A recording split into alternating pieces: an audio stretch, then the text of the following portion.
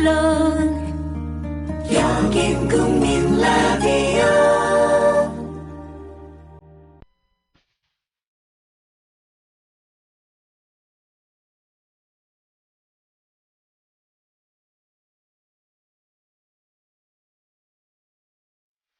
정치평론가 이강윤의 오늘.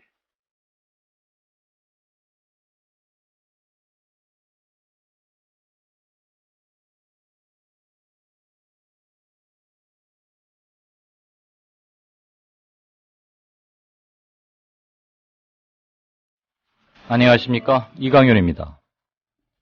7월 16일 수요일 시작합니다. 지난 4월 16일 온 국민이 봤습니다. 저희 친구들의 억울한 죽음, 그 진실을 밝혀주세요. 저희들은 법을 모릅니다. 이렇게라도 하지 않으면 우리 친구들한테 해줄 수 있는 게 아무것도 없습니다.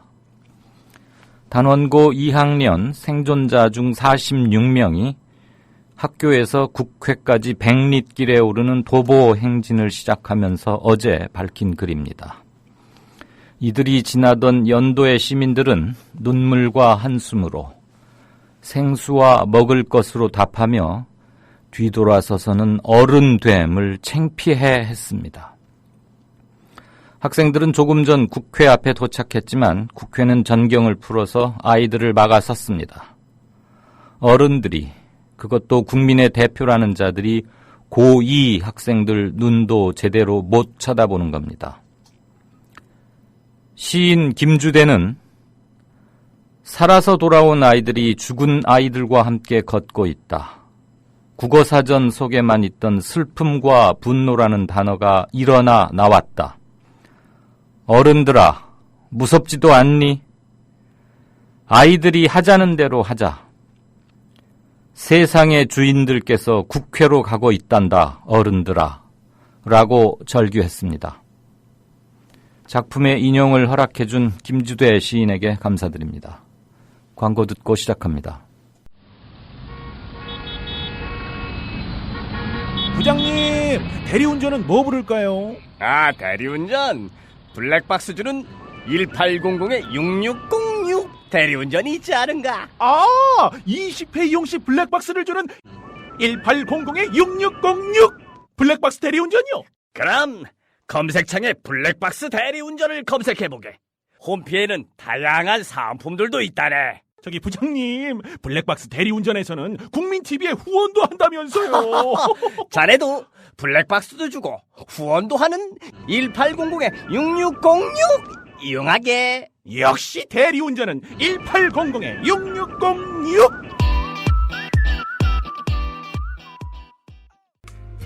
커피, 이제 아시지 말자. 커피를 즐기는 사람들에게 질 좋은 한 잔의 커피는 하나의 권리입니다. 커피를 아는 전문가가 정성을 다한 로스팅으로 만든 제대로 된 커피. 제제 원두커피로 여러분의 권리를 누려보세요. 02-749-1002. 주소창에는 카페제제.co.kr, 그리고 검색창에는 카페제제를 검색하세요. 카페제제는 서울 용산구에 위치해 있습니다. 카페제제는 카페가 아닙니다. 커피 전문 인터넷 쇼핑몰입니다. 헷갈리지 마세요. 네, 7월 16일 단원고 학생들은 국회로 왔고 편지를 전달했습니다. 조금 전인 약 30분 전인 5시부터 여야 지도부가 세월호 특별법 처리 관련 마지막 합의를 시도하고 있습니다. 견해차가 워낙 크고 완강해서 전망은 불투명한 편입니다. 이번 임시국회 회기는 내일까지입니다. 아직 하루의 여유는 있습니다. 인사청문회 과정에서 많은 문제가 드러났던 정성근 후보가 결국 자진 사퇴 형식으로 물러났습니다. 청와대에서 지명 철회를 하지는 않았지만 본인을 자진 사퇴케 함으로써 모양새를 갖추는 듯한 거였는데, 자진 사퇴의 과정에는 여자 문제가 있었다, 이런 얘기들이 돌고 있어서 그동안에 드러났던 자질이나 비리 이런 것들뿐만이 아니라 또 하나 뭐가 있었구나 뒷맛을 좀 씁쓸하게 남깁니다.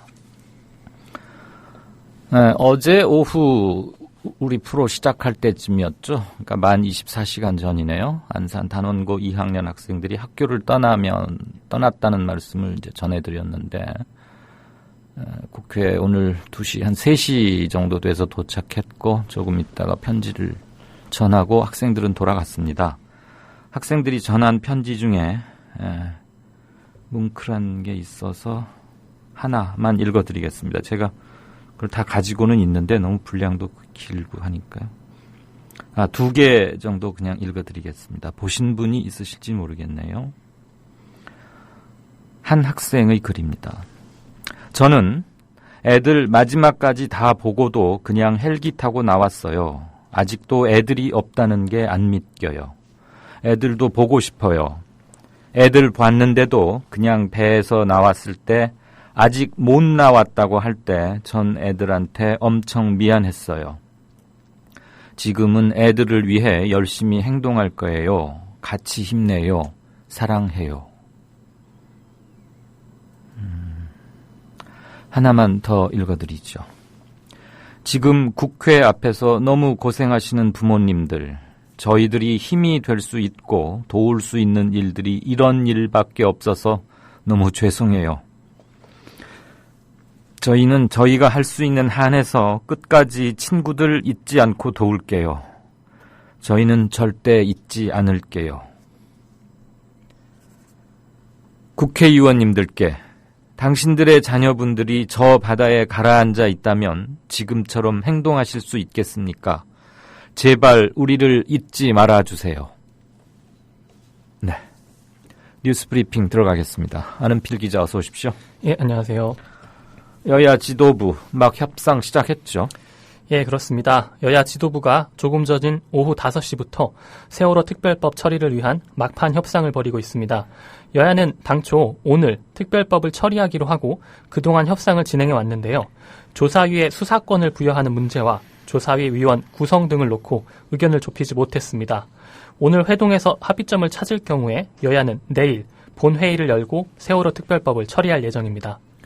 유가족들은 특별법이 오늘 제정되지 않으면 박근혜 대통령 직접 찾아가겠다, 또 이런 견해를 밝혔어요. 예, 세월호 가족대책위는 오늘 보도자료를 통해서 오늘까지도 국회는 가족들이 바라는 바와 상관없는 사항만 합의한 채 핵심적인 사항에 대해서는 견해차를 좁히지 못하고 있다며 오늘 안으로 세월호 특별법이 제정되지 않는다면 박근혜 대통령 면담을 추진할 것이라고 밝혔습니다. 또한 유경근 대변인은 어제 저녁 여야의 중간 브리핑에 대해서 우리 가족들은 매우 분개하고 있다며 안산 단원고 생존학생 특례 입학만 합의한 여야를 싸잡아 질타했습니다. 또한 가장 중요한 내용은 전혀 논의도 안 하고 쓸데없는 것들만 합의하고 마치 열심히 최선을 다하고 있는 듯한 쇼를 하는 국회의 모습에 환멸을 느낀다고 말했습니다. 네, 제가 지금 생환 학생들의 편지 3통을 읽어드렸는데 오늘 학생들 국회 도착 상황 그리고 돌아갈 때까지 그 시간대별로 좀 정리 좀 해주실까요? 예, 43명의 단원고 학생들과 학부모, 교사 등으로 구성된 도보 행진단이 오늘 오후 3시 20분쯤에 국회에 도착했습니다. 학생들은 국회 정문 밖까지 마중 나와 있던 세월호 유가족들에게 직접 쓴 위로의 편지를 전달했고요. 국회 정문에 각자의 메시지를 담은 노란 깃발을 매달고 돌아갔습니다. 도보 행진단 학생들은 친구를 위해서 무엇이라도 하고 싶었던 마음의 표현이라면서 친구들을 죽음으로 내몬 참사의 진실을 밝혀달라고 요구했습니다. 전경들이 다 막아서고 그랬죠? 예. 학생들은 애초에 국회 안에 들어가지 않겠다고 밝혔습니다. 그래서 유가족들이 국회 밖으로 학생들을 마중 나왔던 건데요.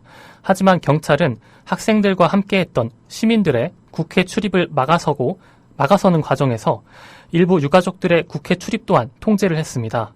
경찰은 국회 보좌관이나 직원이 필요한 사람을 대동해야 들어갈 수 있다면서 출입을 막았는데요.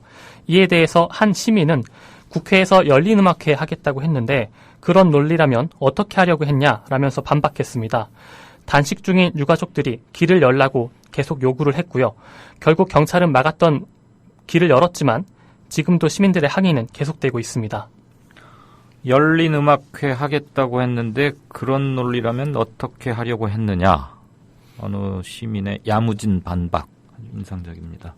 근데 경찰이 국회 출입을 통제한 이유는 뭐라고 둘러댔답니까? 예, 조금 더 확인이 필요한 상황이긴 합니다만 새누리당의 정현상 국회 사무처장이 영등포 경찰서에 시설 보호 요청을 한 것으로 전해지고 있습니다. 경찰의 이런 통제에 대해서 단식 중인 유가족의 아버지들이 국회 정문 안쪽에 들어눕는 일도 있었습니다. 이에 대해서 시민들은 정현상 사무처장의 사과를 요구 중인데요. 시민들은 국회 본청 앞에서 경찰과 대치 중입니다. 아까 뭐 몸싸움이 그러더니 지금은 일단은 소강 상태이면서 대치 중이군요. 국회 사무처장은 당적이 없지 않습니까? 이건 새누리당 정현상이라고 그랬는데 이건 좀 확인을 해보셔야 되겠습니다. 알겠습니다. 박근혜 대통령이 2기 내각 장관 6명 공식 임명했네요. 예, 그렇습니다. 박근혜 대통령은 최경환 부총리 겸 기획재정부 장관 후보자, 정종섭 안행부 장관 후보자 등 6명을 공식 임명했습니다. 박 대통령은 정 후보자를 제외한 5명을 어제 오후에 임명했고요. 국회에 청문보고서 송부를 재차 요청했던 정종섭 후보자도 오늘 오전에 임명을 했습니다. 네. 정성근 문체부 장관 후보자 자진 사퇴, 여자 문제 이런 뒷얘기들이 지금 파다하게 돌고 있죠? 예, 그렇습니다. 정성근 후보자가 10여 년 전에 불륜을 저질렀고 이 여성의 모친이 모든 정황을 야당 측에 제보했다는 그런 내용인데요. 교육문화위원회의 야당 간사인 김태년 의원이 모친의 녹취까지 확보한 것으로 알려지고 있습니다. 이 정보를 확보한 김 의원이 여당 간사인 신성범 의원에게 관련 정보를 알리면서 사퇴시키지 않으면 폭로하겠다라고 경고를 했고 이 정보는 이후 새누리당과 청와대에 유입된 것으로 전해지고 있습니다. 정 후보자는 오늘 사퇴를 알리면서 다 설명드리지 못하는 부분이 있지만 그냥 물러나는 것이 도리라고 생각한다고 말했습니다. 정 후보자가 자진 사퇴를 하면서 문체부의 업무는 유진용 현 장관이 당분간 담당하기로 했습니다. MBC하고 채널A 청취자 여러분들 무슨 뉴스 전하려고 하는 건지 대충 눈치채셨죠? 세월호 유가족의 단식 농성과 세월호 특별법에 대한 내용을 단 한 건도 보도하지 않은 언론사입니다. MBC와 채널A. 소식 전해주시죠. 예, 그렇습니다. 민주언론 시민연합이 어제와 그제 지난 이틀간 지상파와 종편을 합친 7개 방송사를 모니터링한 결과 MBC와 채널A는 유가족 단식 농성과 세월호 특별법에 대해서 단 한 건도 보도하지 않았다고 민원련이 밝혔습니다. 특히 MBC 뉴스데스크의 경우에는 지난 이틀간 월드컵 소식을 5곡지, 참제첩 풍년 소식, 경찰이 압수한 오리알의 부하 소식 등은 보도하면서 세월호 관련 소식은 단원고 3학년 대학 특례 입학과 관련된 내용만 보도를 해서 악의적인 보도를 했다는 비판을 받고 있습니다. 검사가 돈을 받았느냐, 몇 번 받았느냐, 총 얼마를 받았느냐 이거 가지고 말이 계속 바뀌고 검찰하고 경찰하고 티격태격하고 그랬는데 결국은 검찰이 제 식구 감싸기를 넘어서서 돈 받은 검사 이것을 축소한 듯한 속여온 게 확실히 드러났죠. 예, 검찰의 거짓말이 드러났습니다. 네. 서울시 의원이 개입된 청부살인 사건의 재력가 송모 씨 지부장 건이죠. 네. 예, 그 송 씨의 장부 내용의 일부가 수정액으로 지어진 사실이 드러났는데요. 검찰은 장부에 이름이 적힌 검사가 단 한 차례, 한 번만 있다고 그동안 밝혔었습니다. 그런데 그 한 차례가 수정액으로 지워지지 않은 한 차례였던 것 같습니다. 검찰은 오늘 송 씨의 아들이 현재 수도권 검찰청에 재직 중인 모 부부장 검사 이름을 비롯해서 모두 23곳을 수정액으로 지우고 장부 끝에 붙어있던 별치까지 폐기를 한 뒤에 장부를 제출했다고 밝혔습니다. 지워진 대상은 주로 공무원이거나 송 씨의 사생활 관련 인물이라고 검찰은 밝혔는데요. 송 씨 아들은 검찰 조사에서 아버지와 가깝게 지내던 사람들 이름이 있어 피해가 갈까봐 자발적으로 지웠다고 진술했습니다. 현직 검사 그리고 오세훈 전 서울시장도 연루가 됐다는 의혹이 제기되고 있는데요. 이 외에도 다른 고위직 공무원이 연루됐을 가능성이 높아지고 있습니다. 네, 오세훈 전 시장이 얼마 전에 르완다인가 하는 아프리카로 다시 부랴부랴 긴급히 봉사활동인가 한다고 나갔는데 요거하고 상관이 있어서 나간 건 아니죠? 그건 모르겠습니다. 네. 모르세요? 기초연금 이번 달부터 처음 지급되죠. 25일인가 아마 지급이 시작될 텐데 기초연금 받을 대상자의 43%, 그러니까 반절이 안 되는군요. 그 사람들만이 전액 20만 원을 받게 된다고요? 예, 그렇습니다. 오는 25일에 처음 지급되는 기초연금을 20만 원 전액을 받는 노인이 전체 대상자 447만 명 중에 194만 명, 43% 수준이라는 주장이 나왔습니다. 빈곤노인 기초연금 연대는 기초생활보장 혜택을 받는 40만 명은 기초연금을 받는 만큼 기초생활보장급여를 적게 받기 때문에 실제로 아무런 혜택이 없다고 주장했습니다. 또 부부가 동시에 기초연금을 받을 경우에는 총액에서 20%를 줄여 1인당 16만 원씩을 지급하는데 복지부는 전액을 주는 것처럼 설명하고 있다고 비판했습니다. 네, 잘 들었습니다. 지금까지 뉴스 브리핑이었습니다. 네, 고맙습니다. 네, 아는필 기자 고생했습니다. 또 하나의 공정 언론, 국민TV 뉴스. 한국의 오프라인 뉴스, 온라인 여론, 국민TV 뉴스에 접속하시면 한눈에 만나실 수 있습니다. 또 하나의 진짜 언론, 국민TV 뉴스. 뉴스.국민.tv, 미디어 협동조합 국민라디오, 국민TV의 자매 인터넷 신문, 국민TV 뉴스에 지금 접속하세요.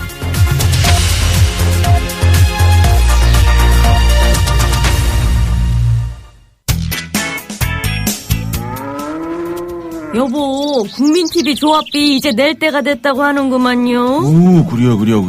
그 국민TV도 개국하고, 그 뉴스K도 하던지. 달달이 11,000원 내는 거 맞죠? 11,000원만 내지 말고 좀 더 혀.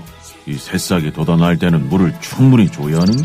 아이, 근데 인터넷으로 하려니까 보통 어려워서 뭔.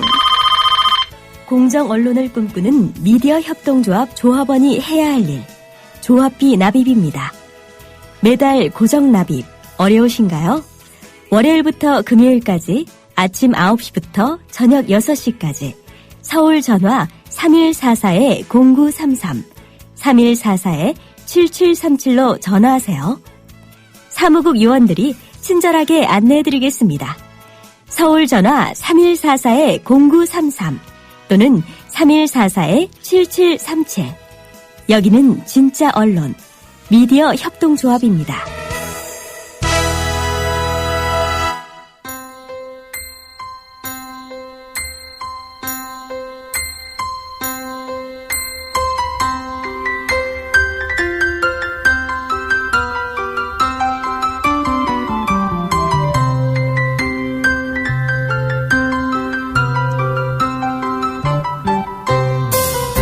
국민라디오 이강윤의 오늘 날씨 이야기입니다.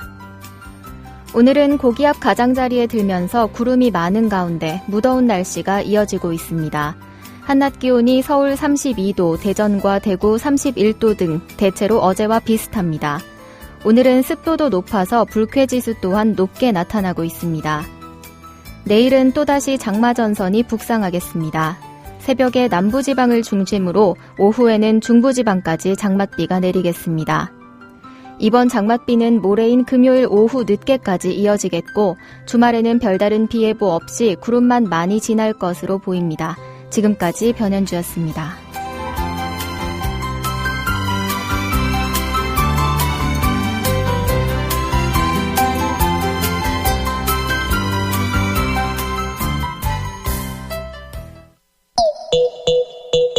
팟캐스트의 에이스, 국민 라디오가 팟캐스트 스타, K-팟 스타를 모집합니다. 형식, 내용, 출연자의 제약이 없습니다. 40분 정도의 길이로 준비해주세요. 3개월 단위로 1등을 선정해 100만 원을 드리고 국민 라디오 정규 프로그램으로 편성하는 특전까지 드립니다. 국민 라디오를 통해 매주 방송될 팟캐스트 오디션 프로그램 K-팟 스타. 역량 있는 도전자들의 많은 참여를 바랍니다. 신청은 라디오 메모 2013@gmail.com으로 하시면 됩니다.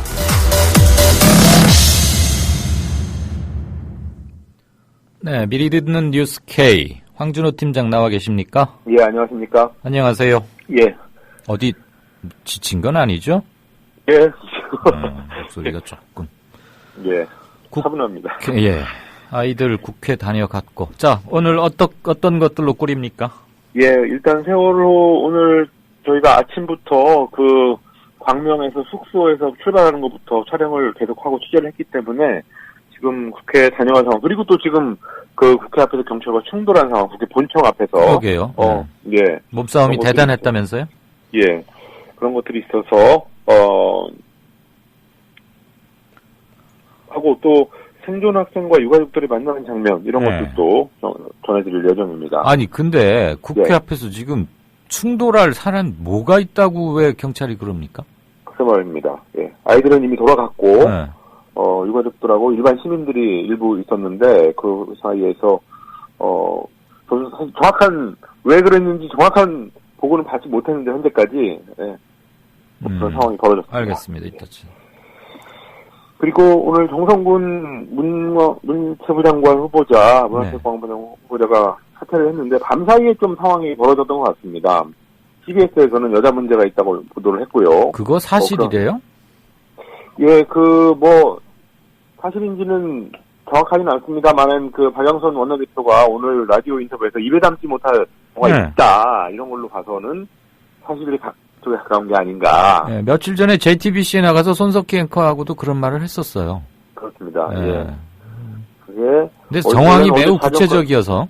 예, 어제 자정까지 청문 보고서 보내달라고 했는데 갑자기 밤사이에 그런 것들이 보고가 되고 하면서 기류가 좀 바뀌었던 모양입니다. 네. 예. 그리고 오늘 정홍원 총리가 국회 예결위에 출석을 했는데요. 사실 어제도 왔었는데 야당 의원들이 보고를 못 받겠다고 거절해서 돌아간 적이 있었습니다. 예. 보도가 많이 되지는 않았지만 정 총리 유임이 아니라 이거는 새 총리 지명이다. 그것 때문에 법적인 논란이 있다고 저희가 보도도 해드렸고 많은 사람들이 얘기를 하고 있는데 그런 상황에서 그냥 총리라고 와서 앉아있으면 우리가 보고를 받을 수 없다라고 야당 의원들이 했는데 오늘은 결국 회의에 참석을 했습니다. 공식적으로. 그래서 송호창 의원, 김기식 의원 이런 야당 의원들이 그 문제에 대해서 지적을 했고 총리는 수리 행위가 없었기 때문에 법적으로 문제가 없다. 이런 식의 주장을 했다고 합니다. 예. 네. 이런 상황을 전해드리고요. 네. 그리고 이제 730 재보선 내일부터 공식적인 선거운동에 들어가는데 격전지 분석 오늘 사실 경인일보 같은 데서 분석하기로는 손학규 의원이 나온 데하고 그 수원 지역에서는 민주연합이 앞선다, 새정치민주연합이 앞선다 이런 여론조사가 나왔는데 오늘 중앙일보 나온 여론조사를 보니까 8대인가요? 새정치민주연합이 다 지는 걸로, 거의 다 지는 걸로. 예, 오늘 아침 신문 중앙일보가 그랬죠. 예, 안철수 공동대표가 지난 주말에 5개 이기면은 잘하는 거다라고 했는데 그게 엄살이 아닌 상황이 이렇게 단면이 보여지지 않나. 물론 응답률도 낮고 조금 더 지켜봐야 되겠지만 어쨌든 새정치민주연합 쪽으로서는 긴장하지 않을 수 없는 그런 상황인 건 맞는 것 같습니다. 역시 공선 파동 때문인 것 같고요. 영호남 빼고 격전지 10곳 중에 8대2였지 않습니까? 예, 그렇습니다. 그걸 저거로 나눠보면은 이제 11대4가 되는데 영호남 전체로 해보면 11대4에서 최종 어떻게 끝나게 될지 그 과정을 한번 보는 게 이번 선거의 관전 포인트 같아요. 중앙일보 여론조사가 전혀 편파 한쪽으로 치우친 그런 것 같지는 않고 현재의 판세를 반영하고 있는 것 같긴 합니다. 일려 다야 구조도 있고. 네. 그리고 황우여 교육부장관 후보자에 대해서 여러 가지 전교조를 비롯해서 여러 가지 교육단체들이 사학 법 했던 5명에 1명이다. 네. 이런 얘기도 하고 있고 여러 가지 교육적에 무슨 전문성이 있냐 이런 지적을 하고 있는데요. 글쎄 그런 정책적인 문제뿐만 아니라 또 판사를 오래 했기 때문에 특별히 문제가 없을 수도 있지만 그동안 과거에 이번에 박근혜 정부 들어서 나왔던 여러 가지 법조계 출신들 중에서 전관예우라든지 이런 문제가 있어서 아마 그런 데서도 또 이제 파헤치면 지적이 나오지 않을까 싶습니다. 우려할 만한 것을 좀 찾아내시죠. 황우여 씨에 대해서. 예. 예, 그런 소식 가지고 이따 9시에 찾아뵙겠습니다. 네, 이따 텔레비전 뉴스로 보죠. 고맙습니다. 예, 감사합니다. 지금까지 황준호 뉴스K 팀장이었습니다. 동아일보 해직 언론인의 모임인 동아자유언론 수호투쟁위원회 김종철 위원장. 그는 국민TV 스튜디오 입구에 붙은 글귀를 감격 어린 눈으로 지켜봅니다. 그것은 자신들이 1974년 10월 24일 편집국 입구에 게시한 동아투의 결의문 사본이었습니다. 저기 스튜디오에 사진을 걸어놓은 거 보니까 저희 113명이 해직 당할 때 그것이 부당하다고 항의하시다가 자진 사퇴하신 송건호 선생님, 중앙정보부에서 받은 고문 때문에 파킨슨씨 병으로 몇 해 전에 돌아가셨고, 왜 국민TV는 40년 전 동아투의 결의문을 입구에 붙였을까요? 그 투쟁 정신을 이어받아 공정 언론을 건설하겠다는 의지 때문입니다. 이것이 어디 미디어 협동조합 몇몇 임직원만의 숙제이겠습니까? 죽은 언론인의 사회에 역사를 살아가는 모든 시민에게 던져진 사명일 것입니다. 미디어 협동조합의 조합원이 되주십시오. 국민.tv에 접속하시면 됩니다. 2014년 4월 1일은 한국 언론사의 역사적인 날이 되리라고 생각합니다. 동아투의 사람들은 뒤에서 여러분이 원하는 모든 일을 힘껏 도와드리길 약속드립니다.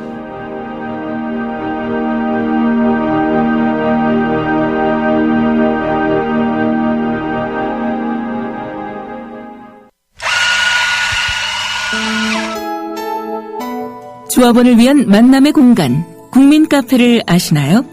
질 좋은 원두로 만든 커피, 그리고 다채로운 음료는 기본이고요. 각종 공개 방송, 우리 사회의 건강한 지식인이 펼치는 따뜻한 특강이 펼쳐지고요.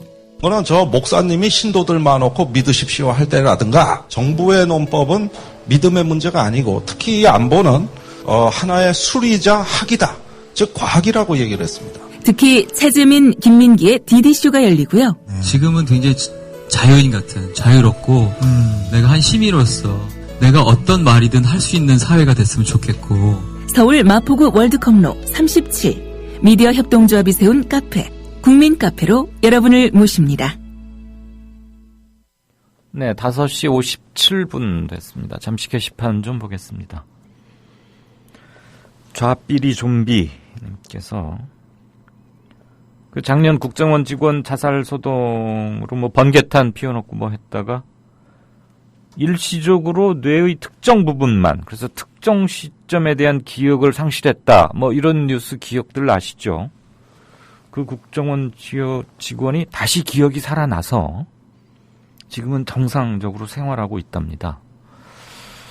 네, 뭐 미드나 뭐 페이스 오프 류나 뭐 이런 영화보다 훨씬 능가합니다. 역시 정보기관답습니다. 그랬더니 뭐 한여름밤에 뭐 이런 저 닉네임 쓰시는 분께서는 번개탄 가지고 쇼한 놈 이번 장마에 번개나 맞았으면 좋겠다, 이렇게 또 화답을 하셨네요.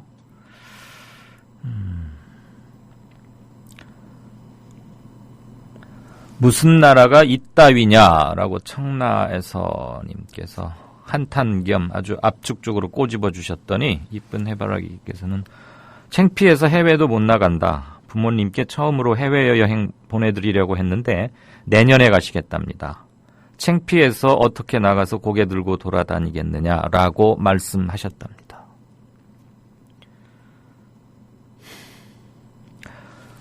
살아남은 걸, 단원고 생존 학생들 말이죠. 살아남은 걸 죄로 만들면 안 되지. 이 못난 새누리 놈들아. 라고 국물도 없수다 님께서 꾸짖어 주셨습니다. 야당도 좀 결기를 보였어야 하는데 말이죠. 학생들이 국회 도착한 사진, 그 장면의 사진, 그 순간에 뭐 경찰 통제하고 막아선다거나 이런 것들, 노란 우산 행렬, 경찰 장벽, 이거 사르르님께서 올려주셨습니다. 고맙습니다. 김무성 대표와 안철수 공동대표가 만난다죠? 김한길 대표가 머리가 좋은 건지 본인은 살짝 빠지고 말이죠. 안철수 대표의 영웅심이 그의 머리 위에 올라앉은 것인지 재미있는 분석 겸 예측까지 해주셨습니다. 물자비님. 하나만 더 읽고 보겠습니다. 아까 뭐 오세훈 전 서울시장 뭐 이랬다는 것은 뭐 제가 그냥 여담처럼 한 말입니다. 원래 거기 루안다의 수도에 무슨 시정 자문관인가로 하게 돼 있다 그래갖고 들어와서 4박 5일 동안인가 교육받고 나가는 그런 일정이 있었다고 하더군요. 근데 지금 마침 이름이 거론되기에 제가 그랬고요. MBC 채널 A 여기 한 줄도 보도하지 않은 것 1인 시위하고 있는 사진 또 올려주셨네요. 여러분 혹시 그거 아세요? 채널 A를 어떻게 부르는지? 샤넬 A라고 부른답니다.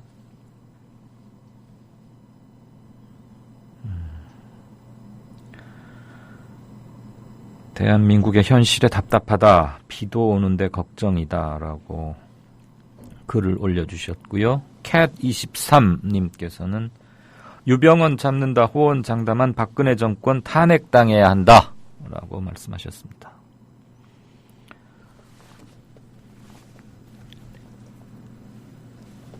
네, 정가 산책 시작하겠습니다. 이강윤의 오늘, 이제는 정가 산책으로 함께합니다. 정치권 동향, 생생하게 풀어드릴 분은요. 양정대 기자 안녕하세요. 네, 안녕하세요. 그 얘기 들으셨죠? CBS 노컷뉴스도 한 줄 쓰고 그랬던데 그 잘생긴 앵커분은 여자 살림도 차리고 그랬대는데요. 그 맞아요? 지금 대체로 그 낙마 사유가 사진 사태 사유가 그쪽이라는 게 정설 같습니다. 본인이 제대로 밝히지를 않고 지금 사진 사태를 한 상태고요. 예. 그다음에 그 관련해서 의혹을 제기하려던 야당 쪽에서도 이 문제가 자칫 마치 여자 문제 때문에 이 사태를 압박한 것처럼 비춰지는 게 이게 본질이 아닌데 거짓말이 실은 크죠. 네. 그렇죠. 본질은 이제 거짓말 부분이고 특히나 이제 이런 사생활과 관련한 이 문제에 대해서 사실 청와대 인사검증 시스템 과정에서 전혀 스크린이 안 됐다는 그게 사실은 이제 굉장히 큰 문제인데 마치 이게 이 여자 문제 때문에 사태를 압박해서 결국은 굴복시킨 것처럼 비춰질까 지금 우리가 좀 우려하는 그런 상황인 것 같고요. 김태년 의원실이죠. 새정치민주연합. 네네. 그렇습니다. 한 건 하긴 한 것 같은데 어쨌거나 간에 마지막 결정타를 하나 날린 건 사실이잖아요. 네네, 그렇죠. 예. 그런데 문제는 정성근 후보자가 자진 사퇴 과정에서 당하고 청와대 간의 의견 교환 이런 거 없었답니까? 아무래도 없었던 모양입니다. 오늘 김무성 대표가 이제 대표직에 어제 이제 취임을 했고요. 오늘이 이틀째 되는 날 아닙니까? 네. 그런데 오늘 아침에 김무성 대표가 언론 인터뷰를 통해서 뭐라고 얘기를 했냐면, 이 인사청문 경과보고서가 이제 어제 재요청 시한이 어제 자정까지였는데, 이 정성근, 정종섭 두 후보자에 대해서는 인사청문 경과보고서가 채택되지 않았잖아요. 그거 관련해서, 질문이 들어오니까, 김무성 대표가 뭐라고 표현을 했냐면, 박근혜 대통령, 그러니까 대통령이 결정한 것에 대해서 야당이 이해를 해줬으면 좋겠다. 이런 취지의 답변을 했습니다. 네네. 그리고 나중에 이제 비공개 회의, 아침 비공개 회의 도중에 이 쪽지를 통해서 정성근 후보자가 자진 사퇴하기로 했다. 이런 의견을 전달받았다고 해요. 네. 그래서 나중에 비공개 회의가 끝나고 나서 기자들이 질문을 했는데 이 김무성 대표의 표정이 굉장히 굳어 있었다 그럽니다. 그러면서 자신은 사전에 알지 못했다. 그랬네요. 했다고 하는데 그 메모지에 그게 쓰여져 있었던 모양이군요. 그렇죠. 그런데 제가 어제 이 친박 핵심 의원 한 명하고 저녁 식사를 같이 했었는데요. 네. 그 의원이 계속해서 이렇게 전화를 들고 왔다 갔다 하더라고요. 미안하다고 하면서 이 전화를 그런데 나중에 어제는 사실 세월호 특별법 관련한 논의 때문에 이렇게 바쁜 줄 알았는데요. 예. 오늘 아침에 그 보좌관한테 얘기를 들어보니까 이 세월호 특별법 관련한 논의 부분하고 그다음에 정성근 후보자의 거취 문제 이 두 가지 사안 때문에 이 해당 의원이 굉장히 바쁘게 전화 통화를 했었다고 합니다. 조금 센 의원이었습니까? 그렇죠. 예. 뭐 이름 말하면 아마 다들 아실 만한 의원인데 어쨌든 그러니까 결국 어제 밤 상황에서 이미 정성근 후보자의 이 사퇴 문제가 당청 간에 여권 핵심부에서 충분히 논의가 되던 과정이었는데 정작 김무성 대표는 그와 관련해서 좀 그 논의 과정에서 빠져 있었다. 뭐 이렇게 볼 수 있을 것 같아요. 이게 그것도 재밌네. 지금 제가 말씀드린 거는 이제 뭐 일단 추론이니까 뭐 그 정치자분들께서 적당한 수준에서 걸러 들으시면 좋을 것 같은데요. 어쨌든 어제 밤에 모친박계 핵심 의원은 그 문제에 관해서 모처하고 열심히 통화를 하면서 의견을 나눴던 거고, 그런데 정작 김무성 당대표는 그 문제에 대해서 자신이 몰랐다 이렇게 실토를 한 거니까 상황은 굉장히 좀 어처구니 없게 돌아간 거죠. 그렇네요. 그 김무성 신임 대표가 살짝 물먹은 거네요. 그렇죠. 좀 이런 과정들에 대해서 김무성 대표도 좀 굉장히 아까도 말씀드렸지만 기자들하고 만난 자리에서는 굉장히 표정이 굳어 있었다고 하는데 어쨌든 신임 당대표가 이런 중차대한 인사 관련한 문제 이 당청 간에 지금 여권 내부에서는 가장 핵심적인 문제 중에 하나인데 이 현안 문제에서 어떻게 보면 좀 배제돼 있었다. 소외돼 있었고 상황이었으니 그것도 몰랐다는 거 아닙니까? 그렇죠. 김명수 교수 후임에, 그러니까 교육부 장관 황우여 전 대표로 한다는 것을 그것도 몰랐다고 그러던데요. 김무성. 그렇죠. 본인이 그렇게 표현을 했죠. 그러니까 뭐 적어도 인사 문제, 물론 고급 정보고 핵심 정보인데 이거는 역시 친박들이 아직도 확실히 장악하거나 정보에 접근이 잘 되고 있다. 뭐 이런 정도겠죠. 한번 뭐 조금 더 두고 보면 좀 그림이 나오겠죠. 그럴 것 같습니다. 오늘 아침 신문 보셨을 거고 며칠 전에 한국일보도 동작을에 관해서 꽤 놀랄만한 여론조사 결과였고 논란도 많이 불러일으켰고 오늘 중앙일보도 여전히 그런 경향이 지배적이던데 여러 가지 여론조사 보면 730 재보선 새누리당이 이러다가 뭐 반타작 이게 아니고 오히려 압승은 몰라도 이기는 거 아닌가 이런 생각도 들어요. 오늘 여론조사 결과 지금 중앙일보가 10군데 발표를 했었죠.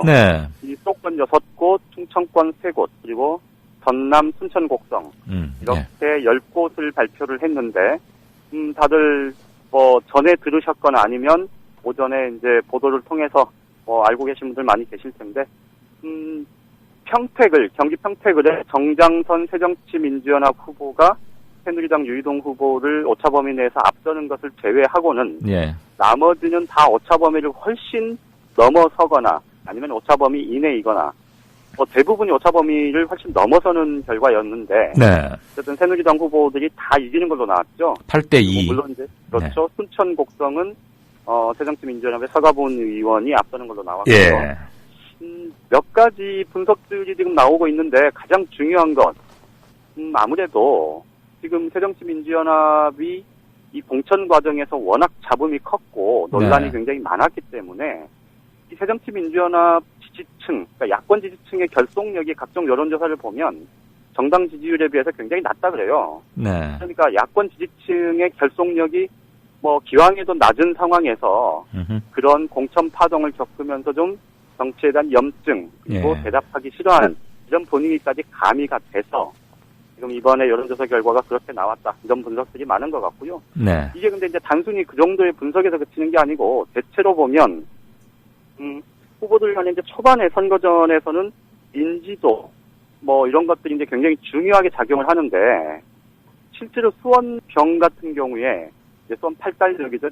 유경필 경기지사가 5선을 했던 지역인데 여기가 이제 전통적인 여당의 텃밭이라고는 하지만 손학규 상임고문, 새정치민주연합의 손학규 상임고문이 거의 정치 무령에 가까운 이 새누리당의 김용남 후보한테도 뒤지는 걸로 나왔다는 건 그러게요. 사실 새정치민주연합 쪽에서는 굉장히 지금 충격적인 걸로 받아들이는 것 같아요. 그리고 조사의 신뢰도도 상당히 좀 떨어뜨렸고.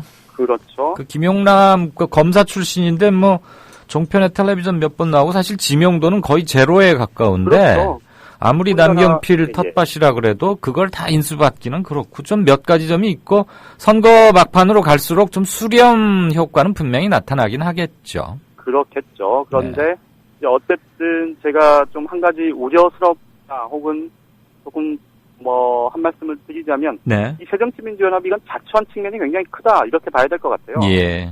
그러니까 그 결과에 대해서 어떻게 이제 당장 꼬집어서 예상을 하기는 어렵겠지만 이 안철수 공동대표가 며칠 전에 5석만 이겨도 선방한 거다, 선전한 거다 이런 얘기를 한 적이 있는데 네. 이게 공천 파동과 관련해서 이런 좀 뭐랄까요 국민들의 이 목소리, 의견 이런 것들을 대변해 줄 수 있는 명분과 실리와 이런 것들을 모두 챙길 수 있는 공천이 그렇게 어려운가 이런 좀 정말 한탄하는 그런 목소리들이 많은데 이게 이제 한 가지 조금 주의 깊게 볼 대목은요. 네. 이 새정치민주연합 내부에서 지금 이번 선거 결과와 관련해서 선거운동 과정이 이제 내일부터 본격적인 선거운동이 시작인데 예. 좀 의외로 이게 뜨뜻미지근한 그런 분위기들이 굉장히 많습니다. 그러니까 새누리당 같은 경우는 여기서 지면 더군다나 과반 의석이 무너지면 정말 박근혜 정부도 힘들어지고 새누리당도 완전히 해야된다 이런 위기감들이 굉장히 커요. 실제로 새누리당 내부를 보면. 예. 그런데 새정치민주연합은 당초에 굉장히 좀 기세가 좋았다가 공천 파동을 거치면서 상황이 굉장히 유동적이 됐음에도 불구하고 위기의식보다는 그냥 뭐랄까요 그 표현이 좀 그렇긴 합니다만 아유 내 저럴 줄 알았어 나는 약간 좀 방관자적인 그런 분 정확한 표현이시네. 방관자적인 태도가 엿보였다. 여보세요? 전화 상태가 끊어졌나요? 다시 연결을 해보겠습니다. 잠시 게시판을 좀 보죠. 양정대 타임이 확실히 있긴 있는 것 같습니다. 전화가 왜 자꾸 불통인지. 오늘 국회가 좀 통화 수요가 많긴 하겠지만 그렇다 하더라도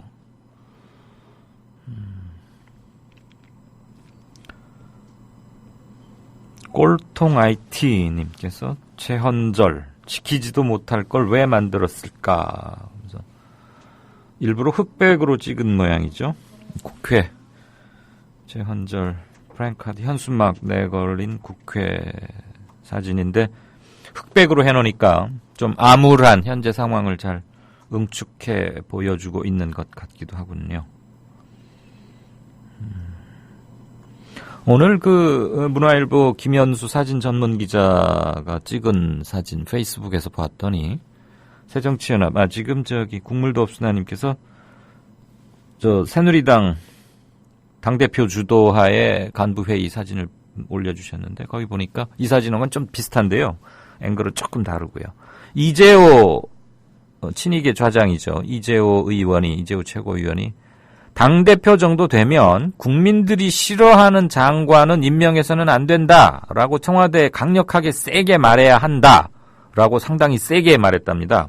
옆에 앉아 있었거든요. 한 사람 건너서 강창희 전 국회의장이 가운데 있고 이제 그 옆에 김무성 대표가 있었는데 그렇게 세게 말하니까 김무성 대표가 발언 중인 이재호 의원을 쳐다보면서 아주 곤혹스럽고 이런 그 사진을 하나 봤습니다.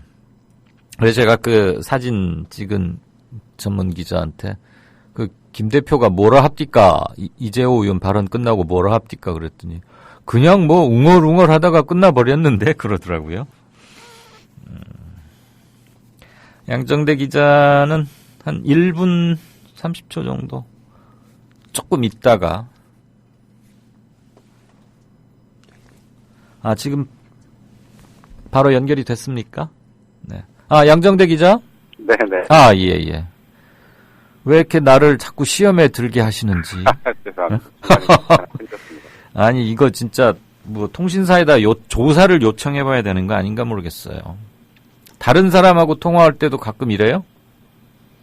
가끔씩 그럴 때가 있습니다. 제 전화기가, 이게 저희 핸드폰 만드는 회사들이. 예. 아무래도 2년마다 한 번씩 바꾸라고 수명을 2년 정도로 만드는 것 같아요. 설마 저에 대한 그 은근한 비토의 사인이 아니기를 바랍니다. 그래서 아까 하던 말씀 예. 그래서 마지막에 이제 보통 여론조사 결과가 앞에서는 압도적인 차이가 나더라도 네.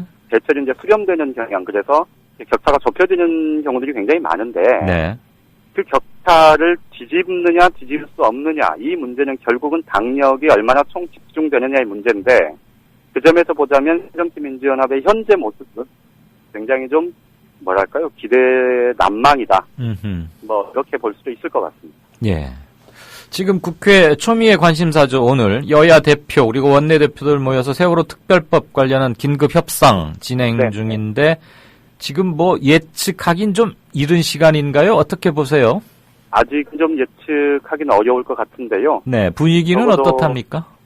오늘 합의가 이루어지기는 쉽지는 않아 보입니다. 예. 오늘 뭐 청취자분들께서도 다들 보도 통해서 보셨겠지만 들으셨겠지만 단원고 그 생존 학생들이 어제 오후 5시에 학교를 출발해서 오늘 아까 오후에 국회 앞에 도착을 했습니다. 보고 행진을 했었죠. 저도 잠깐 나가봤었는데요.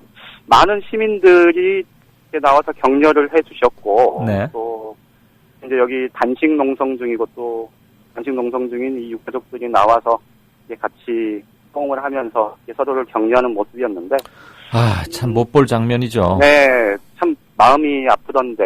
네, 문재인 의원하고 김광진 의원이 나갔더군요. 배웅을. 예. 그런데 오늘 좀 굉장히 좀 어처구니 없는 일이 하나 있었는데, 이게 국민의 세금으로 운영되는 이 공무원 조직이 얼마나 한심한 조직인지를 또 한 번 더 실감할 수 있었는데요. 네. 학부모들이 여기 단원고 세월호 유가족들이 이제 학생들을 맞이하러 이 국회 정문 밖으로 나갔거든요. 네.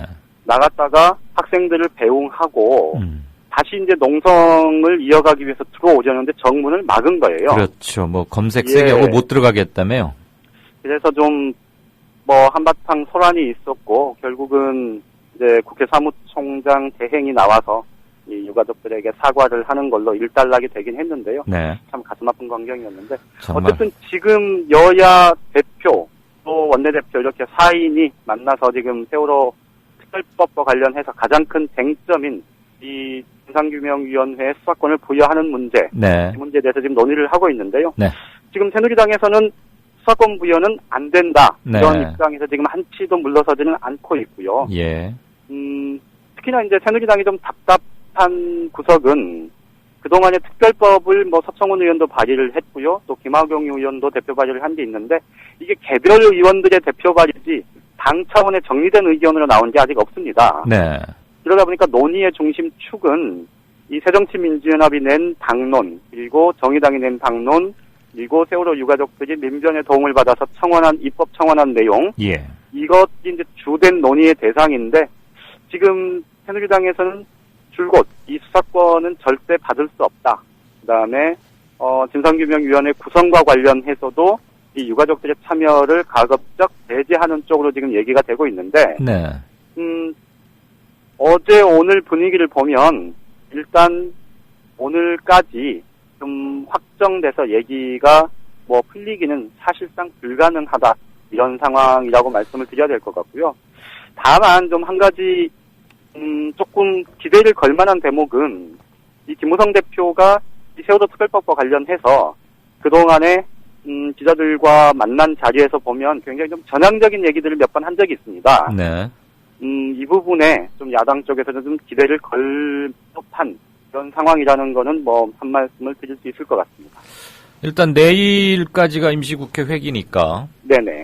내일 통과가 안 되면 다시 재소집해서 뭐 원포인트볼 하거나 이런 적인데 말이죠. 예, 어쨌거나 저희가 또 박주민 변호사 연결해서 특별법 관련해서 진짜 인터뷰를 할 거니까 오늘 양 기자의 분석은 여기까지 듣는 걸로 하겠습니다. 고맙습니다. 네, 고맙습니다. 네. 지금까지 산책 한국일보 양정대 기자와 함께 했습니다. 사람은 곧 하늘이다. 우리 사람은 모두 골고루 잘 살 천부적인 권리를 하늘로부터 받고 태어났다. 침략, 외세를 몰아내고 우리 한번 정말 좋은 세상 만들어보자. 우리나라가 일본 놈한테 압박당하고 소위 한일 늑약이 맺어져가지고 나중에 나라를 다 뺏겼어요. 동학 농민들 다 때려 죽였기 때문에 녹두꽃이 떨어지며 청포장수 울고 간다.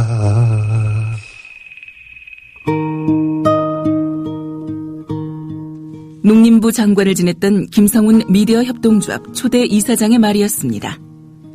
미완으로 끝난 동학 농민운동. 그러나 아직 끝나지 않았습니다. 미디어 협동조합 건설로 맥을 이어갈 수 있습니다. 정의롭고 평화로운 세상을 갈망하는 민주 시민의 꿈. 미디어 협동조합 건설로 연글고 있습니다. 국민점TV에 접속하셔서 조합원 가입하기를 클릭하심으로 동참해 주십시오. 좌절하기엔 아직 이릅니다.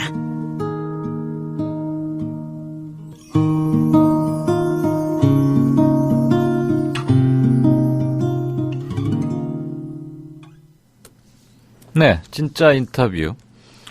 민주사회를 위한 변호사 모임의 사무차장 맡고 있죠. 그리고 각종 집회와 그래서 항상 든든하게 지켜주시는 지킴이 박주민 변호사 초대했습니다. 안녕하세요. 네, 안녕하십니까. 네, 전화 상태 괜찮습니까? 잘 들리시나요? 저는 잘 들리는데 아마 여기 국회 농성장이라서 약간 주변에 소음이 있을 것 같아서. 네네, 그거 뭐 훨씬 생생함을 전해 줄 수는 있고요. 만약에 소음이 조금 막 갑자기 커지거나 하면 조금 옆으로 이동해 주신 것도 함께 부탁드리겠습니다. 예. 더운데 애 많이 쓰십니다. 유가족분도 아닙니다. 물론 힘드시겠지만요. 지금 5시부터 협상 시작했는데요. 여야 지도부 4명이. 뭐 방금 국회에 나가 있는 기자하고도 얘기를 해봤는데 아직 뭐 분위기나 뭘 예측하기는 힘든데 박 변호사님도 접근이 잘 안 되고 있는 점은 매 한 가지겠지만 법률 전문가로서 수사권 부여하는 문제, 접점의 여지가 어떻게 있을까 이런 거 조금 예측 한번 부탁드려도 될까요? 예, 지금 5시부터 야당 대표를 비롯한 그 미팅이 시작이 됐고요. 7분 정도만 공개로 진행한 뒤에 전면 비공개로 전환이 됐습니다. 네. 뭐 기자를 비롯해서 뭐 저희 가족들이나 어느 누구도 지금 안에서 어떤 이야기가 나눠지는지 알 수가 없는 상황입니다. 네. 근데 지금 아시다시피 쟁점이 이제 위원회를 어떻게 구성하고 만드느냐 그거 하나가 있고 그다음에 청문회, 조사 방법으로 청문회라는 방법을 줄 것이냐 그리고 특사경의 수사권을 줄 것이냐, 그걸 더 넘어서 아예 검사의 지위와 권한을 부여할 것이냐, 이렇게 좀 갈림길에 있는데요. 네. 오전에 제가 들은 바로는 그 새정치민주연합에서도 가족들이 요구했던 검사의 지위와 권한을 부여하는 것에 대해서는 좀 어렵다라는 입장을 전달해 왔습니다. 아하, 네. 그래서 아마 지금 저 논의 테이블에서는 특사경의 지위를 주느냐 마느냐, 그 다음에 청문회라는 조사 방법을 사용할 수 있게 해주냐 안 하냐, 그다음에 위원회는 어떻게 구성하느냐, 요걸 가지고 얘기하고 있을 것 같습니다. 그럼 수사권은, 그러니까 정리를 하자면 수사권은 어떻게 하겠다는 겁니까? 지금 현재 저희 예측으로는 테이블상에 올라가 있는 수사권은 특사경을 통한 수사권 정도만 논의 의제로 잡혀 있는 것 같습니다. 무엇만을 통한요? 특별 사법 경찰. 저희는 검사의 지위와 권한을 주는 것까지 수사권에 요청했는데. 요청했는데 그 부분은 그렇게 된 거죠. 특별 사법 경찰 정도로 정리를 한다 이거죠? 그 선에서 이제 이야기 시작한 것 같습니다. 테이블에 그러니까 그것까지 올려놓고. 완전한 수사권은 아니고 관세청이나 식약청, 뭐 산림청 이런 데 부여하고 있는 특별 사법 경찰 그 수준의 조사권을 부여하는 방안으로 좀 절충을 시도한다. 이렇게 예상해 볼 수 있겠네요. 네, 아시다시피 특사경도 일반 경찰과 똑같이 검사의 지위를 받아야만 수사를 할 수 있습니다. 수사권을 가졌다 하더라도. 네. 그런 또 한계가 있습니다. 그렇다면 검사가 지정이 되거나 또는 특검이 만들어져야 되는 거, 활동할 수 있는 거 아닐까요? 실질적인 수사권은 그렇게 돼야 이제 행사가 될 수 있다고 볼 수 있습니다. 지금 얘기하는 정도의 수준이거든요. 예. 지금 한창 얘기가 진행 중이고 내일 마지막 하루 회기가 남아있기 때문에 아마 오늘 여야가 지금 모종의 위기의식이나 이런 걸 서로 느끼고는 있겠죠. 그러니까 얘기가 좀 길어질 수도 있고 아직은 그 회동 부분을 더 이상 예측하기는 좀 쉽지 않을 것 같습니다. 그건 좀 시간을 좀 더 두고 지켜보기로 하고요. 그 아까 지금 오늘 계속 국회에 계셨더랬죠? 예.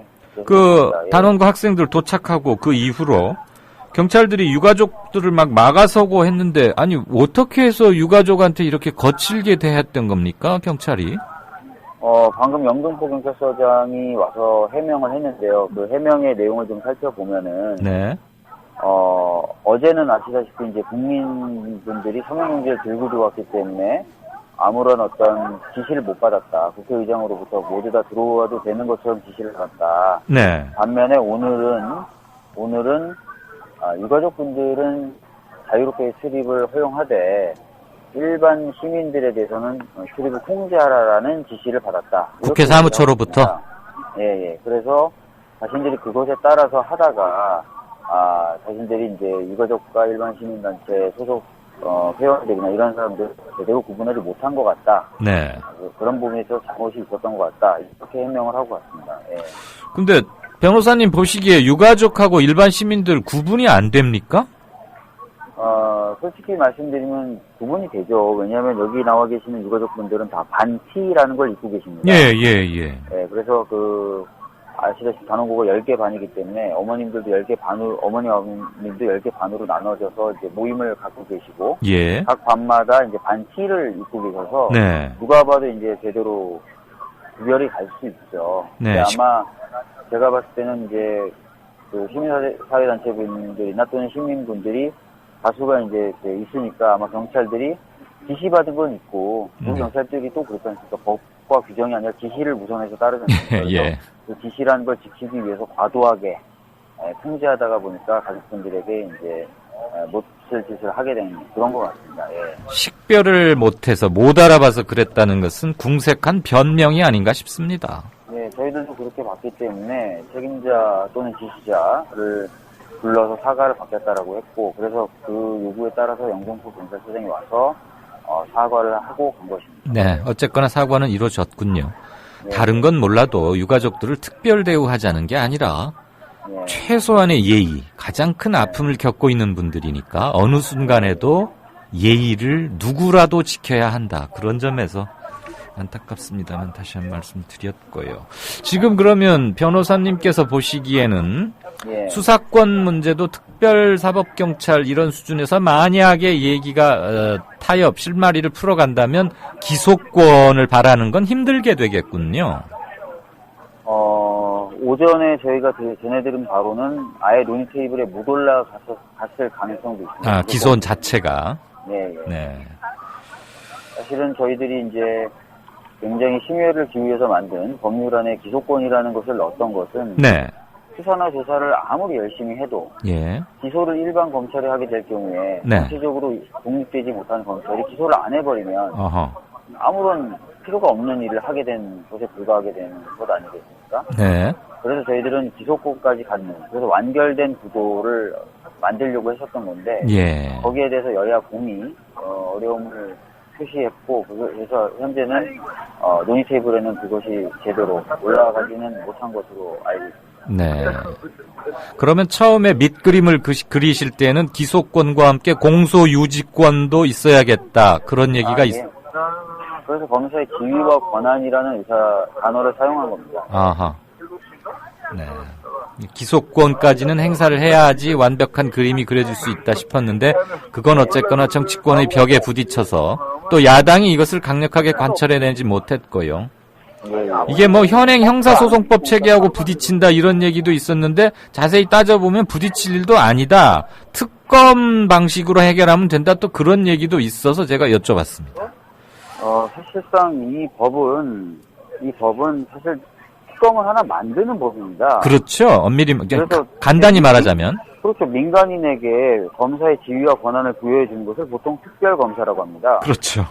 지금 저희가 주장하는 것도 민간인에게, 특히 가족이 추천한 민간인에게, 물론 변호사 자격이나 이런 건 있어. 네. 그 사람에게 검사의 지휘 권한을 부여하는 것, 특검법과 다름이 없습니다. 그렇죠. 그렇기 때문에 이것이 뭐 기존의 형사사법 체계를 흔든다는 말 자체가 논리에 정확히 부합한다고 볼 수는 없습니다.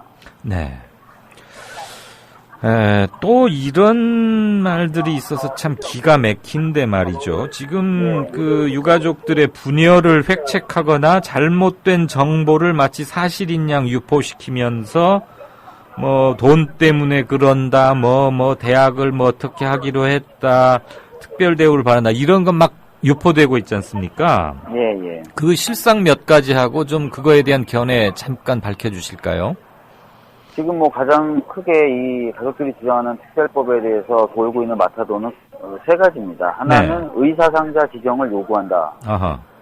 두 번째는 막대한 배 보상을 요구한다. 네. 세 번째는 대학 특례 입학을 주장한다. 이런 것들입니다. 예. 근데 뭐 하나하나 좀 말씀을 드리면 의사상자 지정에 대한 내용은 저희 법안에 없습니다. 아예 그런 조항 없다 이거죠? 예, 없습니다. 그리고 논의됐었던 것은 의사상자 예우 및 지정에 관한 법률, 제가 법률명은 정확히 기억이 안 나는데요. 그 법률에 따른 의사상자가 아니라 네. 아이들의 죽음을 기리고 추모하는 그런 내용이었습니다. 그래서 결국은 저희 법안에 그런 내용은 들어가 있습니다. 4월 16일 안전의 날로 지정하고 매년 아이들의 죽음을 기억하는 어떤 행사를 갖자, 이 정도로 들어가 있습니다. 예. 네, 그렇기 때문에 의사상자 지정에 대한 부분은 오해를 좀 푸셨으면 좋겠고. 예. 대학 특례 입학 같은 경우도 저희 법안에는 없습니다. 네. 네, 이번에 대학 특례 입학에 관련된 법이 유은혜 의원이 발의해서 지금 여야가 뭐 합의되고 있다고 하는데. 네. 저희들은 그런 것들을 공식적으로 요구한 바가 없습니다. 네. 오히려 저희 가족들 모르게 논의가 진행됐었다는 이유로 경기도 교육청의 관계자를 불러다가 저희들이 심하게 항의한 것도 있습니다. 이것은 사실이기 때문에 확인해 보시면 예. 수 있습니다. 그건 네. 저도 어제 확인을 해서 저희 뉴스에서 다뤘습니다. 예. 네. 그리고 엄청난 배보상에 관련된 마타도도 들고 있는데요. 네. 저희들은 뭐 배보상이 규정될 경우에 진상규명과 책임자 처벌에 오히려 장애가 될 수도 있다. 그렇기 때문에 그런 것들을 안 받겠다라고 가족분들이 요구해서 네. 국가가 배상이나 보상을 위해서 필요한 신책을 수립하여야 된다라는 원칙적인 조항 하나만을 두고 있습니다. 네. 따라서 지금 돌고 있는 마타도는 전혀 근거가 없는 것이거나 네. 다른 당에서 내놓은 안에 담겨있는 내용을 근거로 돌고 있는 것입니다. 예. 그래서 이 점을 좀 분명히 좀 해주셨으면 좋겠습니다. 네, 이번 인터뷰를 통해서 지금 박 변호사께서도 언급을 했지만 이런 것들은 유가족의 진의와는 전혀 관계없는 분열, 결국은 이간질용으로 획책될 수 있다는 점 다시 한번 강조를 해드리고요. 제가 참고로 여러 버전으로 돌고 있는 것 중에 가장 분명한 거 하나를 짧게 읽어드리겠습니다. 예. 세월호 참사 유족들이 요구하는 사항이랍니다. 라는 제목을 달고 돌아다니는 것 중에 1번 세월호 참사자 전원 의사자 지정하라. 2번 대학 특례 전형 입학해줘라. 3번 공무원 응시 때 가산점 달라. 4번 세월호 사고 조사 수사권과 기소권을 달라. 5번 생계 보장하고 취업 지원해달라라는 5개 항인데 이것은 유가족들의 뜻과는 전혀 관계가 없는 악선전이다 이 말씀이죠. 세월호 참사에 대한 뭐 강력한 조사 권한, 수사 권한 이런 것들은 원하고 있는 건 맞죠? 예, 그 네 번째 사항은 있었는데 지금 협상 테이블에도 이 상태 그대로 올라간 것은 아니고요. 아닙니다. 예. 네. 혹시 정보의 재확인 차원에서 제가 질문을 드렸고 다시 저도 한번 읽어드렸습니다. 예.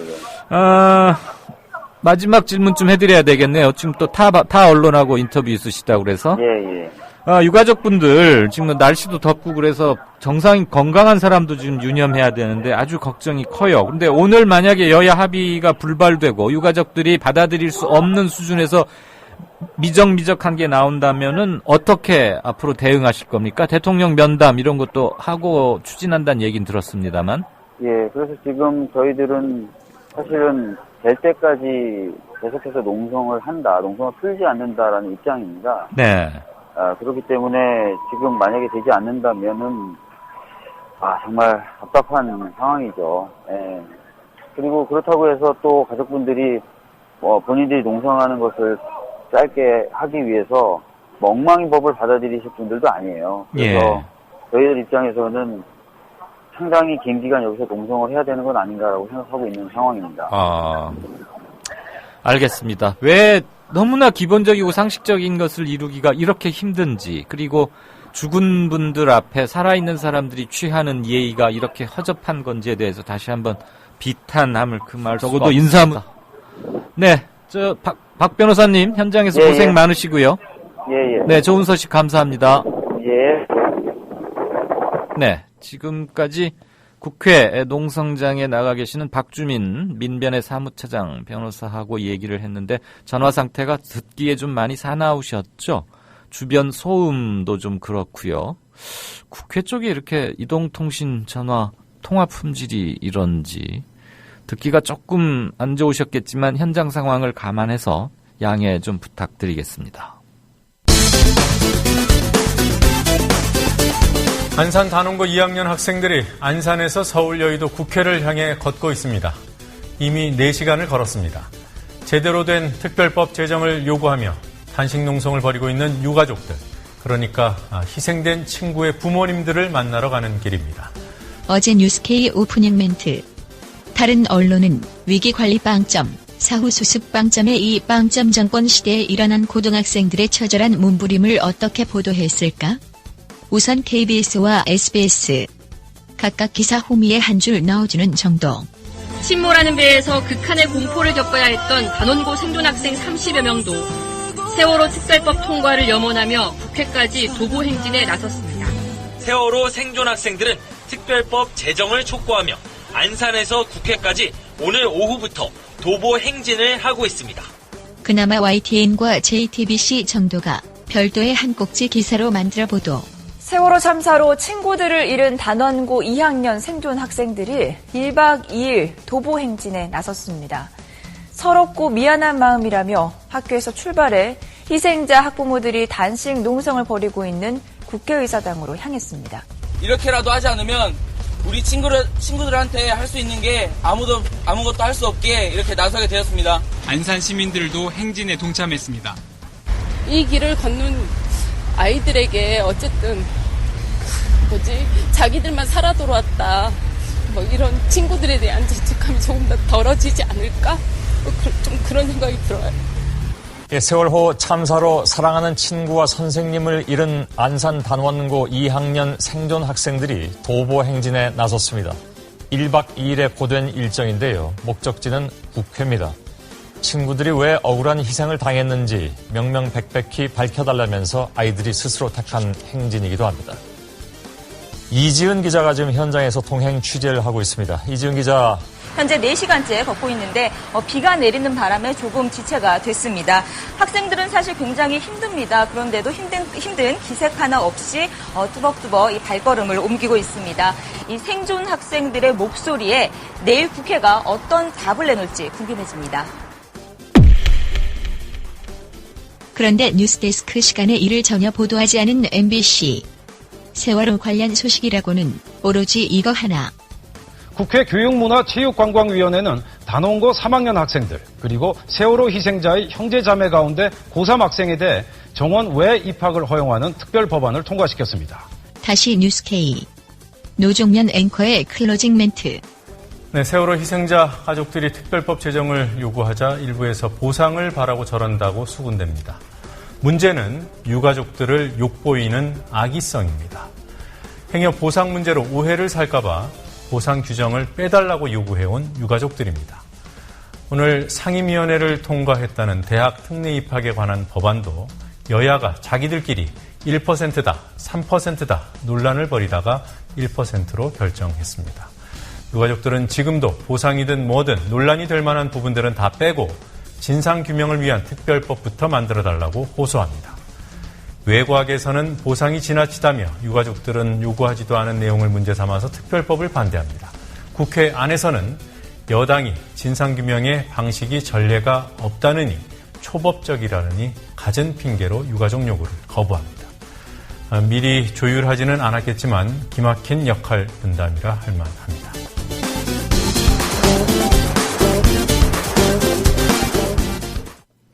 네, 6시 39분 막 들어왔는데요.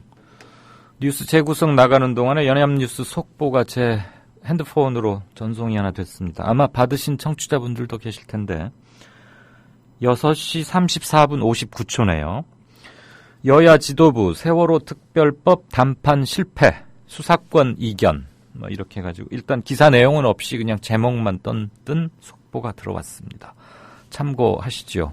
난항은 예상이 됐는데 이렇게 빨리 단판 실패라고 하는 것은 좀 그렇고 저녁 때라도 계속 협상을 시도해야 되는 게 맞다고 봅니다. 아마 후속 조치가 있으리라고 기대를 일단 해보겠습니다. 경제 점검 코너죠. 경제과외 선생님, 길경식 이사님 스튜디오에 나오셨습니다. 안녕하세요. 네, 안녕하세요. 미용실에 돈을 많이 쓰시나 봐요. 오늘은 백합 머리가 아니고 훨씬 멋있는 머리인데요. 그런가요? 오늘은 좀 이렇게 머리가 눌려서 왔는데. 젊은 분들은 역시 다릅니다. 자, 최경환 부총리 정식 취임했죠. 네. 취임사에서 좀 귀담아 들을 말 뭐 있던가요?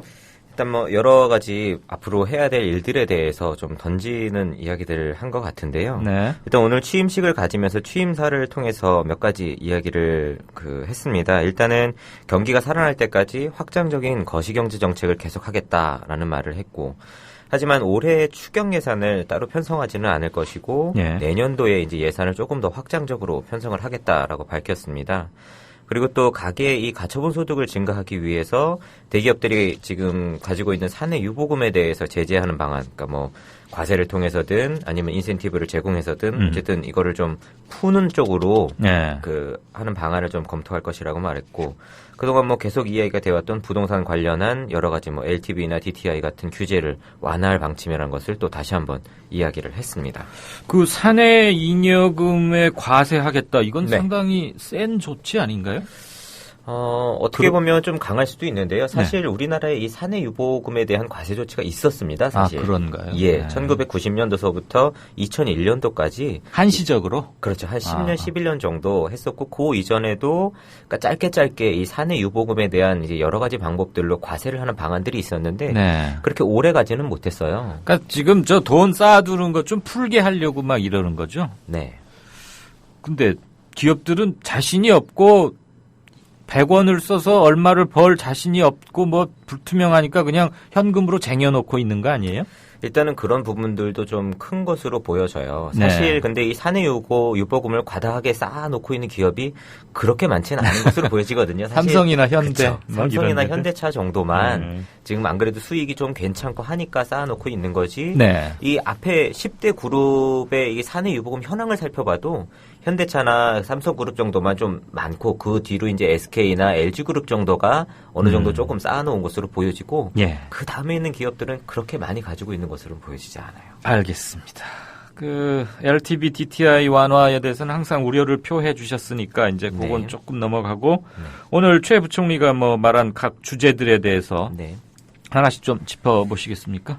예, 일단 먼저 확장적 거시경제 정책을 계속하겠다라고 말을 했는데요. 이 좀 알기 쉽게 비유적으로 설명을 드리면 정부의 경제 정책이란 건 병원에서 처방해주는 약하고 같습니다. 이 약이라는 건 어떤 특정 질병을 가지고 있거나 아픈 때에 그 아픔을 해소해주는, 병을 치유해주는 역할을 할 수 있지만 약을 많이 먹는다고 해서 더 건강해지는 건 아니거든요.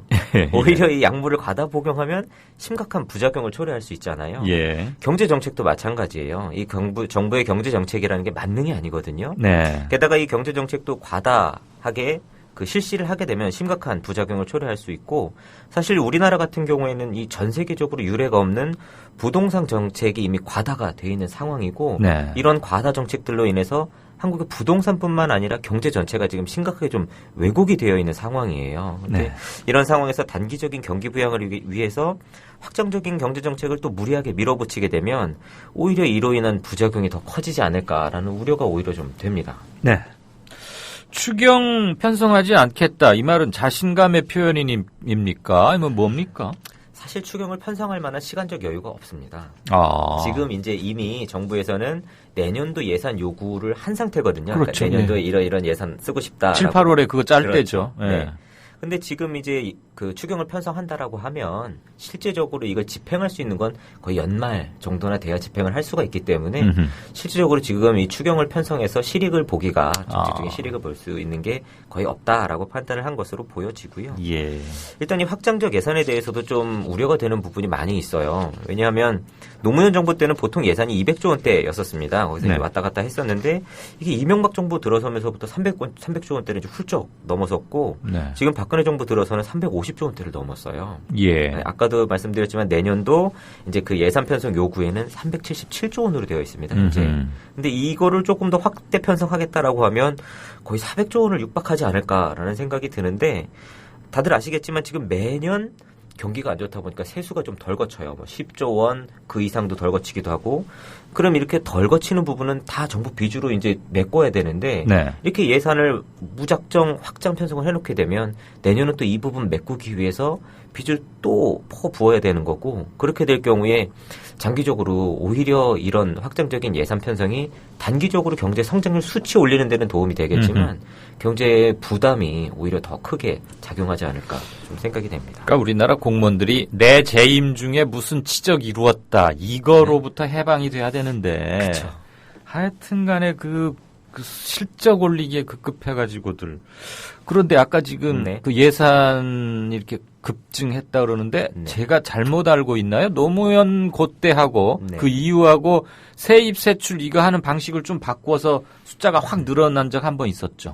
제가 정확한 연도는 기억을 못 하겠는데 요새 이제 세무 그런 회계와 관련한 기준들이 계속 바뀌고 있어서 그런 부분들이 있었습니다. 그때 200 몇 조에서 300조로 뛸 때 실제 100조가 확 실질적으로 늘어난 건 아니고 한 20 몇 조는 늘어났고 나머지는 계산 방식을 바꾸기로 했다고 그 말을 얼핏 들은 기억이 나서요. 그나저나 내년에 377조를 신청했으면 박근혜 대통령 임기 중에 400조 넘어가는 건 뭐 확실하겠네요. 거의 그렇게 될 것 같습니다. 어마어마하네. 400조. 자, 부동산 활성화 위해서 LTV, DTI 규제 완화는 시익이 없다고 말씀을 하셨고 또 이제 사내 유보금에 세금 물리겠다. 뭐 이런 얘기도 이게 근데 정말 효과가 있을까요? 일단은 이제 사내 유보금이란 게 뭔가 좀 한번 말씀을 드리면 기업이 이제 단기 이익금 그러니까 그 해 매출에서 비용을 다 빼고 난 그 이익금 중에서 이제 배당이나 세금, 상여금 등 외부로 나가는 돈 뺀 나머지 금액이 이제 사내 유보금인 겁니다. 근데 이제 최 부총리는 이 사내 유보금에 대해서 이제 과세를 해서 어떤 그 가계의 소득을 늘려주는 쪽으로 좀 이렇게 하고 싶다라고 이야기를 한 건데 잠깐만요, 기 기사님. 사내에 쌓아둔 유보금을 가계소득으로 돌리려면 직원들한테 나눠줘야 되잖아요. 그렇죠. 그러니까 분배를 해줘야 되잖아요. 이 사내 유보금을 사내 유보금에 과세를 하는 경우에 회사에서 이제 이거를 피하는 방법이 크게 세 가지 정도가 있어요. 하나는 임금을 늘리는 방법, 하나는 배당을 늘리는 방법, 또 하나는 투자를 늘리는 방법. 세 가지가 있어요. 근데 문제는 최경환 부총리가 생각하는 것처럼 정말 그러면 이 사내 유보금에 과세를 하면 기업들이 임금을 올려줄 것인가라고 생각을 해봤을 때 그렇게 확률이 높지 않아요. 왜냐하면 사실 이게 미국이나 일본에서 사내 유보금에 과세하는 제도를 시행을 하고 있어요. 근데 그 나라에서 이 사내 유보금에 대한 과세를 시행하는 이유는 이 사내 유보금을 이제 그 변칙적으로 늘리는 경우가 개인에 대한 소득세를 이연시키기 위해서, 그러니까 탈세를 하기 위해서 이연을 하는 경우, 그거를 막기 위해서 이 과세를 하고 있는 거지, 이게 뭐 투자를 촉진한다든지, 가계 가처분 소득을 촉진시키기 위해서 이 사내 유보금에 과세를 하는 게 아니거든요. 그렇다 보니까, 다른 데 쓰이는 도구를 가지고 이게 다른 일을 하려고 하다 보니까, 실질적으로 이게 효과가 나타날지 의문이고, 오히려 그로 인한 또 부작용이 더 커지진 않을까 하는 우려가 또 들고요. 계속 말씀 이어가 주시죠. 일단 아까도 말씀드렸지만 우리나라에서는 이 사내 유보금에 대한 과세 제도가 1990년서부터 2001년도까지 있었습니다. 근데 이 사내 유보금 제도가 2001년도에 폐지가 되면서 사실 사내 유보금이 급격히 증가한 건 사실입니다. 근데 그렇다고 이게 정말 사내 유보금에 대한 과세를 폐지했기 때문에 이게 정말 급증했느냐는 조금 더 따져봐야 될 그 여지가 있고요. 예. 그리고 아까도 말씀을 드렸지만 과연 이 사내 유보금에 과세를 했을 때 최경호 부총리가 원하는 만큼 정말 가처분 소득이 증가되느냐 예. 이런 부분도 굉장히 좀 우려가 되고 무엇보다도 이 과세를 하게 되면 기업들이 거의 이제 확률적으로 높은 방법은 변칙적으로 투자, 그러니까 쓸데없는 데에다가 쟁여놓는 식으로 투자를 하는 경우가 많아질 거라서 세금은 받기 싫고 그쵸. 뭐 투자하고 직원들 생각해서 뭐 돈 논아주는 일은 급여 늘려주는 일은 없을 거다. 그래서 거의 아마 부작용이 더 클 거로 좀 생각이 됩니다. 근데 사실 이거 급여를 늘려준다 그래도 대상 국민의 몇 %나 대상이 되겠어요. 그렇죠. 기업들 중에서도 최고 지금 있는 대기업 몇 개만 사내 유보금이 있는 상황이라서 상위 뭐 너댓 개 그룹 정도인데. 그렇고 지난달 고용 통계 발표됐네요. 한번 좀 들여다볼까요? 일단 오늘 통계청에서 발표한 고용 동향에 따르면 6월 현재 2,587만 5천 명이 취업을 하고 있는 것으로 나타나 있고 전년 동월 대비로 비교를 해봤을 때 39만 8천 명이 증가한 것으로 나타났어요. 근데 최근에 이제 연초부터 뭐 70만, 80만 이렇게 매달 취업자가 늘어나던 수준에서 지금 이제 30만대로 좀 차차 줄어들고 있는 경향을 보이고 있어서 언론에서는 이 취업자 고용 상황이 좀 안 좋아지고 있다라고 이야기를 하고 있는데 사실 이게 매달 70만, 80만씩 늘어나는 게 좀 비정상적으로 많은 거고 39만이 늘어나는 것도 그렇게 적은 숫자는 아니에요. 왜냐하면 지금 2,500만 명인데 40만이 그 한 달에 늘어나는 거면 매달 거의 2%씩 이 취업자가 늘어나는 거거든요. 그럼 이게 어마어마한 숫자인데 매달 그게 누적이라면은 20% 이상 되는 거 아니에요? 지금 이게 매달 이만큼 취업이 되지만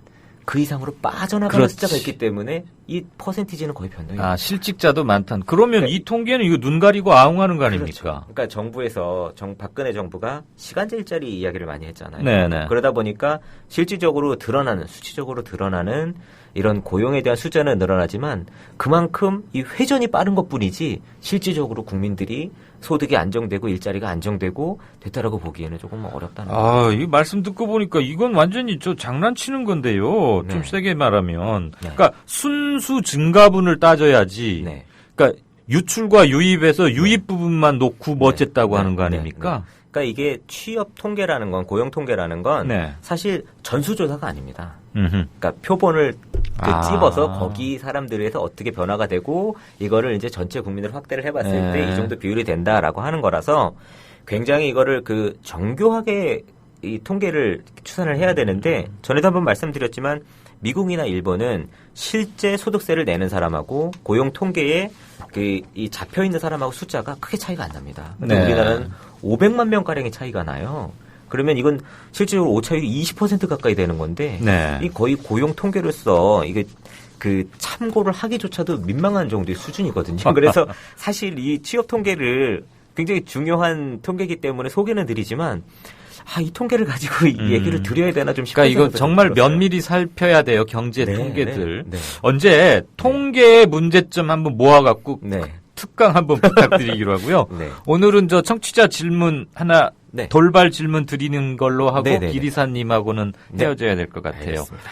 6시 47분에 국물도 없수다님께서 아마 사내 잉여금 과세 이 문제 나오고 하니까 연말정산에서 또 폭탄 맞겠구나 이러셨는데 이런 걱정 안 해도 됩니까? 해야 됩니까? 그러니까 작년에는 연말정산에서 폭탄 맞으신 분이 꽤 많아요. 왜냐하면 연말정산이란 건 어쨌든 자기가 이제 1년 동안 낸 세금이 더 많은 경우에 돌려받는 거고 덜 냈으면 내야 되는 건데 경기 부양하겠다고 세금을 좀 덜 걷었어요. 작년에 연중에. 그렇다 보니까 결산을 해보니까 덜 낸 사람이 더 많은 거죠. 그래서 폭탄 맞는 사람이 더 많은 거고.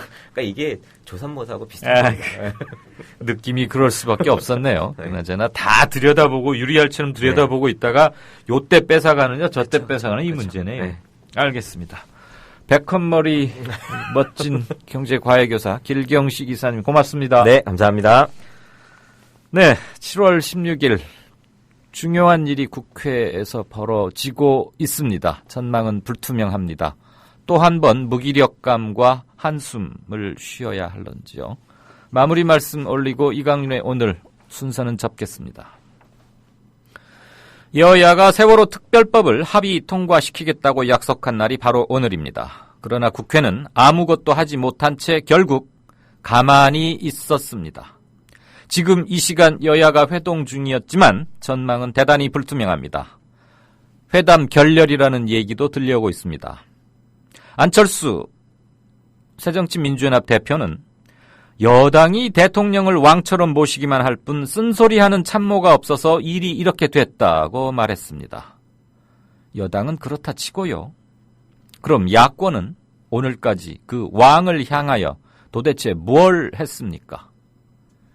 그 왕에게 아무것도 하지 못한다면 당신들이 꿰차고 있는 그 안락한 의자부터 걷어치우십시오. 아들이나 손주 같은 단원고 아이들에게 당신들은 뭐라고 답했습니까? 뭐라고 답할 수 있습니까? 국회의원의 특권 누릴 때는 즐거우셨죠들. 불가피성과 무기력한 이유나 설명하라고 당신들을 거기 보낸 게 아닙니다. 국민 대표 노릇하기가 쉬운 줄 알았습니까? 들어주셔서 감사합니다. 이강윤이었습니다. 내일 뵙겠습니다.